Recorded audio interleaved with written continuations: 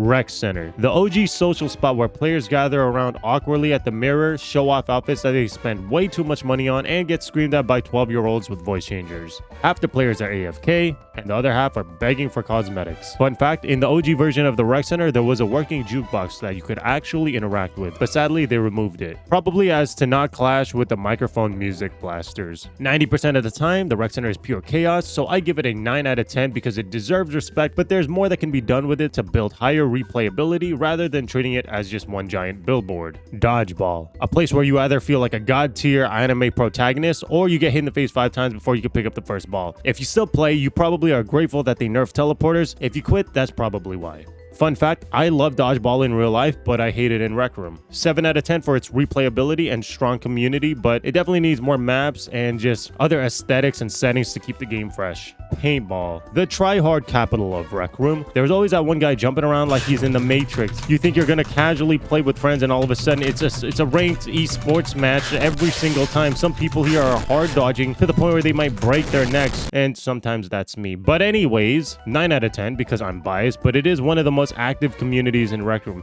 Just add more maps, weapons, and cycle the shop for once. Golden Trophy. This is like the heart of Rec Room quests. You'll either carry your whole team or die to friendly fire because someone is terrible at double shooting the bow. 10 out of 10 because mad respect for the love and care they put into this game. Just make a part 2 or cycle the shops or do something for replayability because this game is awesome. Isle of Lost Skulls. Here's a quest that encapsulates Rec Room's soul and genuine care for the game. It perfectly fits Rec Room's identity, but I still don't understand this. Brent, come up. Can we just...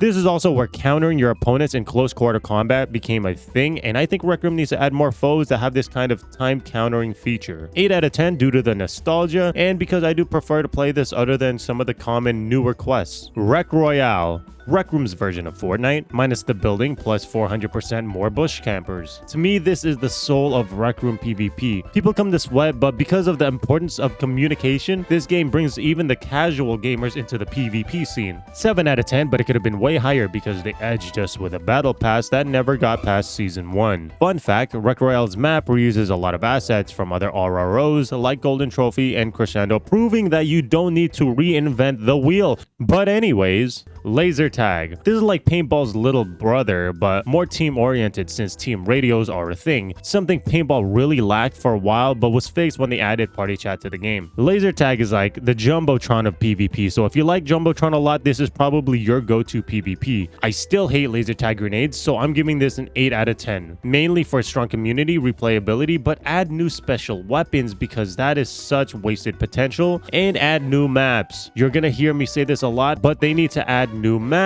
But anyway, Jumbotron. It's like being inside a 1980s arcade fever dream. You shoot robots, get shot by robots, but die to mice because those are the real boss fights. Can you imagine if the final boss would hit you with a swarm of exploding mice every now and then? That would be crazy, and I think they should do something like that. 9 out of 10 for the nostalgia and the perfect execution, but hot take, they should remove all the glitch spots. I'd love to see how people actually take on the boss and the chaos that ensues without those cheeky spots that make the boss fights so anticlimactic. They keep glitches like this in the game just like they keep hackers roaming around ruining events, but anyway, the park. It's just the Rec Center with more yelling and racism. 10 out of 10. Crescendo of the Blood Moon, the Dark Souls of Rec Room quests, proof that Rec Room knows how to switch up the theme for a more diverse set of style and vibes without losing its identity. Themes of vampires, darkness, and a whip being all you need to get to S ranked. Fun fact, I've only played this a few times, and yet I also prefer to play this over any RRO from the past few years. 7 out of 10. Crimson Cauldron. You're in a spooky forest casting spells and dying to fireballs that were aimed at somebody else. If your entire team is running bows, then you better enjoy being forced to take care of countering those witches. And good luck trying not to die to friendly fire because someone is always going to be using those trash wands which no one should be using.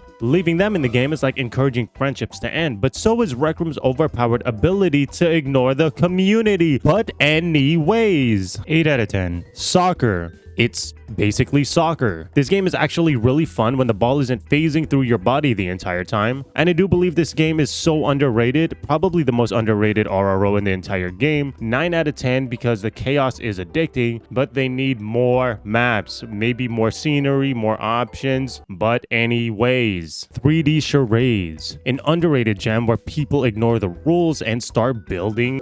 Yeah, make sure to play this with mature people because it can get out of hand. This is probably the go-to vibe if you're just vibing with the homies. I have no homies, so let's move on. 10 out of 10, never gets old in my opinion.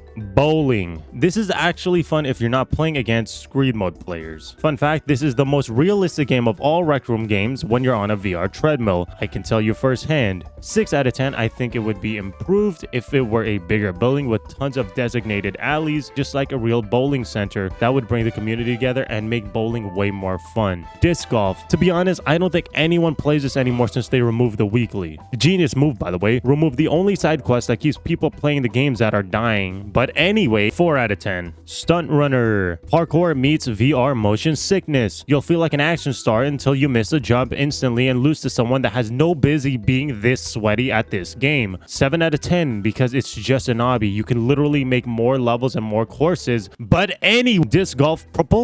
I've never heard anybody say let's play disc golf propulsion. Give us challenges or incentives to play the game or it'll continue dying like its predecessor. 5 out of 10 because I think it's more fun than disc golf, that's for sure. Paddleball. Unlike the recent RROs, I can actually find a match when I go into Paddleball, which by the way you can only play in VR, which is only like 10% of the whole entire Rec Room community, so that's pretty telling. It's actually pretty fun and can get a little bit addicting until your opponent comes up to the halfway mark of the court, making it impossible for you to return their hit. 6 out of 10. The Lounge. It's a cozier version of the rec center, so it's just chaos with claustrophobia. 10 out of 10. Orientation. No one actually comes here to learn. You either made your 6 account or you get forced here by a hacker. 5 out of 10 because I guess it does serve a purpose. Make it to midnight. Rec Room's version of Dead by Daylight. I can't complain because it's not like Rec Royale or Soccer or anything original, but for me, this is when the RROs started straying from their unique approach on themes. 6 out of 10 would be higher if they actually did something about the fact that I got false reported by cheaters and my video about it got 170,000 views, which still wasn't enough for them to take action because they wanted my 2 hours of unedited footage, which I didn't feel like taking 10 years to upload. But anyways, Showdown, a cowboy-themed PvP, which is actually where the RRO started becoming nothing but tech demos. This is where they started transitioning their unique touch into soulless projects in order to push new tech and tools in front of creators. Still, it was really fun when it came out, but it's hard to find matches because hardly anyone plays it now, and it only has one map. The amount of potential actually hurts. 3 out of 10 because of how disappointing the wasted potential is. Rec Rally. Speaking of games with one map, Rec Rally was Rec Room's first official racing game, but instead of putting effort into making it fun and adding items or weapons, they only use it as a tech demo for the release of buggies. Why release a racing game with only one track? The only racing game I've ever played that only had one track was Pole Position, which was made in 1982.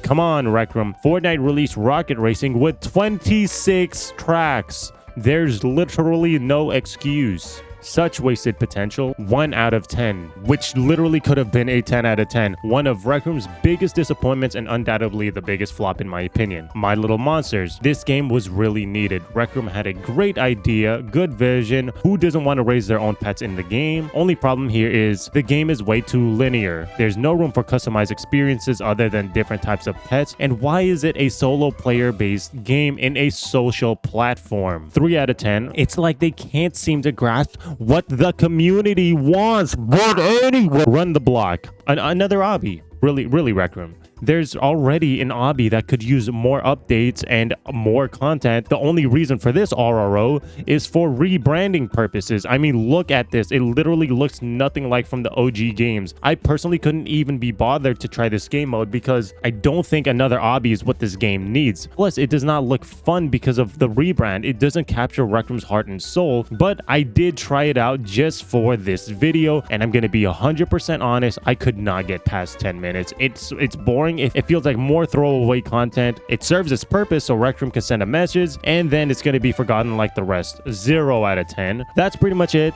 It's clear that Rec Room shift is intentional. They're rebranding, pushing new tech over replayability. Let's start a debate in the comment section what the worst RRO is. I'm going to have to say it's Run the Block or Rec Rally. If you like this video, then you'll probably like this video about ASMR because you're a weirdo.